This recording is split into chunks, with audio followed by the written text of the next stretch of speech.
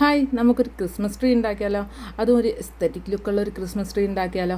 അതിനായിട്ടൊരു കമ്പി എടുക്കാം കേട്ടോ. കെട്ട് കമ്പിയാണെങ്കിൽ കുറച്ചും കൂടെ നല്ലതാണ്. ഞാനൊരു റിങ് കമ്പിയാണ് എടുത്തത്. അതൊന്ന് വളച്ചെടുക്കാൻ നല്ല പാട് കിട്ടും. അതിലോട്ട് നമ്മൾ എന്ത് ചെയ്യണമെന്ന് വെച്ചാൽ നമ്മുടെ ബ്ലാങ്കറ്റ് ത്രെഡില്ലായോ, നമ്മൾ ക്രോഷയ്ക്ക് യൂസ് ആക്കുന്ന ആ ബ്ലാങ്കറ്റ് ത്രെഡ് നല്ല രീതിക്ക് ചുറ്റി ടൈറ്റാക്കി വെച്ച് കൊടുത്തിട്ട് ലാസ്റ്റും ഫസ്റ്റും കുറച്ച് ഫെവിക്കോൾ ഒട്ടിച്ച് കൊടുക്കണം കേട്ടോ. എങ്കിൽ അതവിടെ ഇരുന്നോളും. എന്നിട്ട് കുറച്ച് ഭംഗിക്കായിട്ട് ഞാൻ വൈറ്റ് ബീഡ്സ് ഒട്ടിച്ച് കൊടുത്തു കേട്ടോ.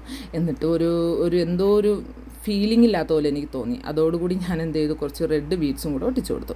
അപ്പോഴത്തേക്കും ഒരു സമാധാനം ഉണ്ടായി. എന്നിട്ടും നോക്കിയപ്പോൾ ഒരു ഫുൾഫിൽ ആവാത്ത പോലെ ഒരു തോന്നൽ. അപ്പോൾ ഞാൻ എന്ത് ചെയ്തു, ഒരു പൈപ്പ് ക്ലീനർ എടുത്തിട്ട് ഒരു സ്റ്റാരൊക്കെ ഉണ്ടാക്കി അതിൻ്റെ മുകളിൽ ഫിക്സ് ചെയ്ത് കൊടുത്തു. അപ്പോഴല്ലേ കാണാൻ എന്ത് ഭംഗിയാണെന്ന് ഞാൻ എന്നോട് തന്നെ പറഞ്ഞു. ഒരു എസ്തെറ്റിക് ലുക്കൊക്കെ നമ്മുടെ ടേബിളിന് കൊടുക്കണമെങ്കിൽ ഇങ്ങനത്തെ സംഭവങ്ങളൊക്കെ ഉണ്ടാക്കി വയ്ക്കുന്ന കുറച്ചും കൂടെ ഭംഗി ഉണ്ടാക്കും കേട്ടോ.